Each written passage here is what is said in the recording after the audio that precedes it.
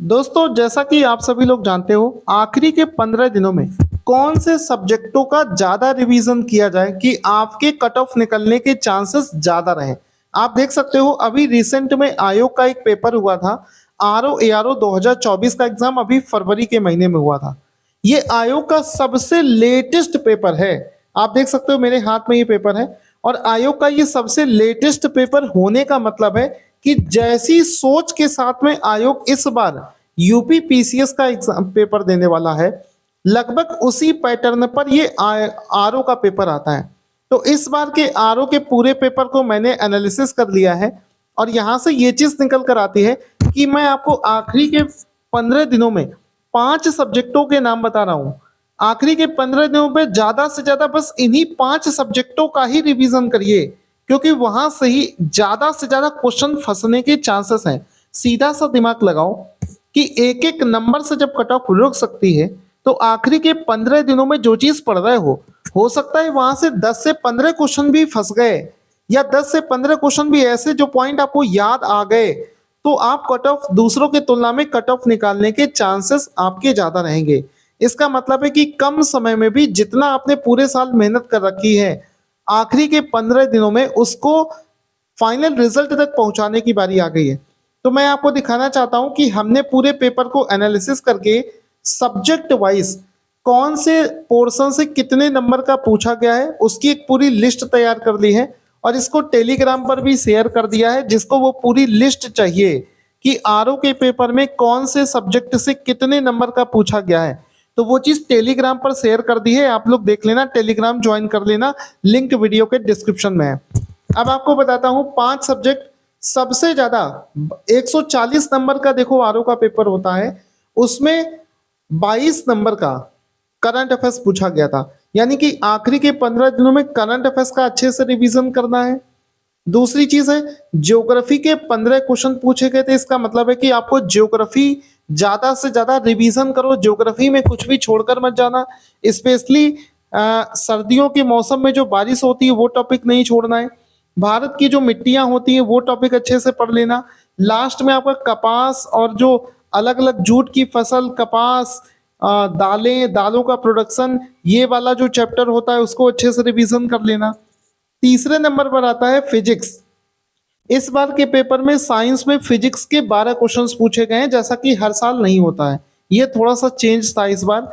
चौथे नंबर पर आ जाता है आपका पॉलिटी। पॉलिटी में आपको अटॉर्नी जनरल ऑफ इंडिया उसका पूरा क्वेश्चंस पढ़ना है। इसके अलावा प्रेसिडेंट ऑफ इंडिया बहुत ज्यादा चर्चा का विषय रहा था, वो चीज एग्जाम में ज्यादा पूछी गई है। इसके अलावा प्राइम मिनिस्टर ऑफ इंडिया और बाकी अटॉर्नी जनरल ऑफ इंडिया मैंने आपको बता दिया, ये मोस्ट इंपॉर्टेंट टॉपिक है। लोकसभा, ठीक है, तो ये सारी चीजें जो है आपको पढ़नी है।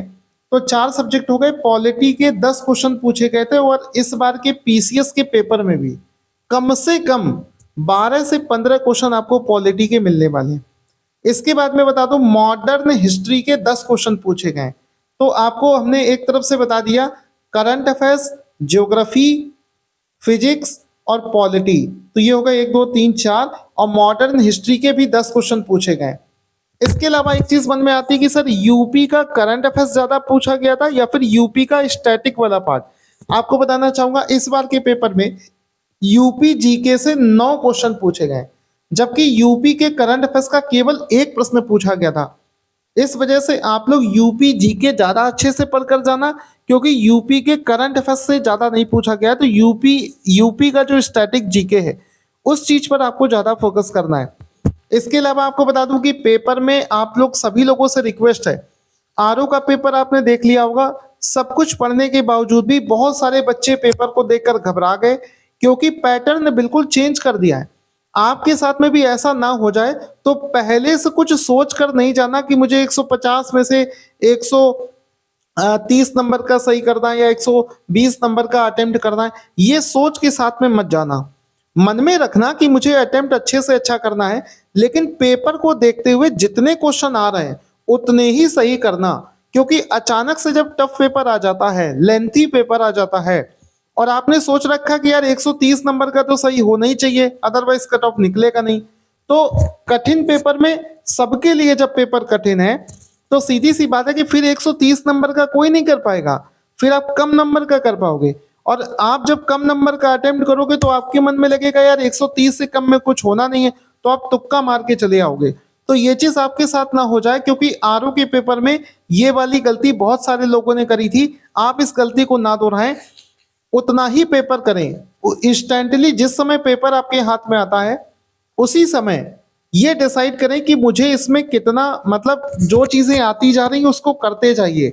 अगर आपके टारगेट से कम हो रहा है तो घबराइए मत, क्योंकि पेपर अगर अचानक से टफ आ गया और पूरे साल मेहनत करी है, लेकिन उस पेपर देते समय, उस समय में अगर आप अपने चीज को अपने आप को सही से जज नहीं कर पाए तो भी आपका पेपर खराब हो जाएगा। मतलब एक जितनी देर आप एग्जाम देते हो बस उतना समय बहुत कुछ डिसाइड कर देता है। इस वजह से पूरे साल की मेहनत को खराब मत जाने देना, पेपर को एनालाइज करके आराम से पढ़ना। Thank you so much guys. आप हमारे टेलीग्राम चैनल से भी जुड़ जा सकते हैं, जिसका लिंक इस वीडियो के डिस्क्रिप्शन बॉक्स में आपको मिल जाएगा। पीसीएस का बहुत सारा मटेरियल आपको वहां पर मिलता रहेगा।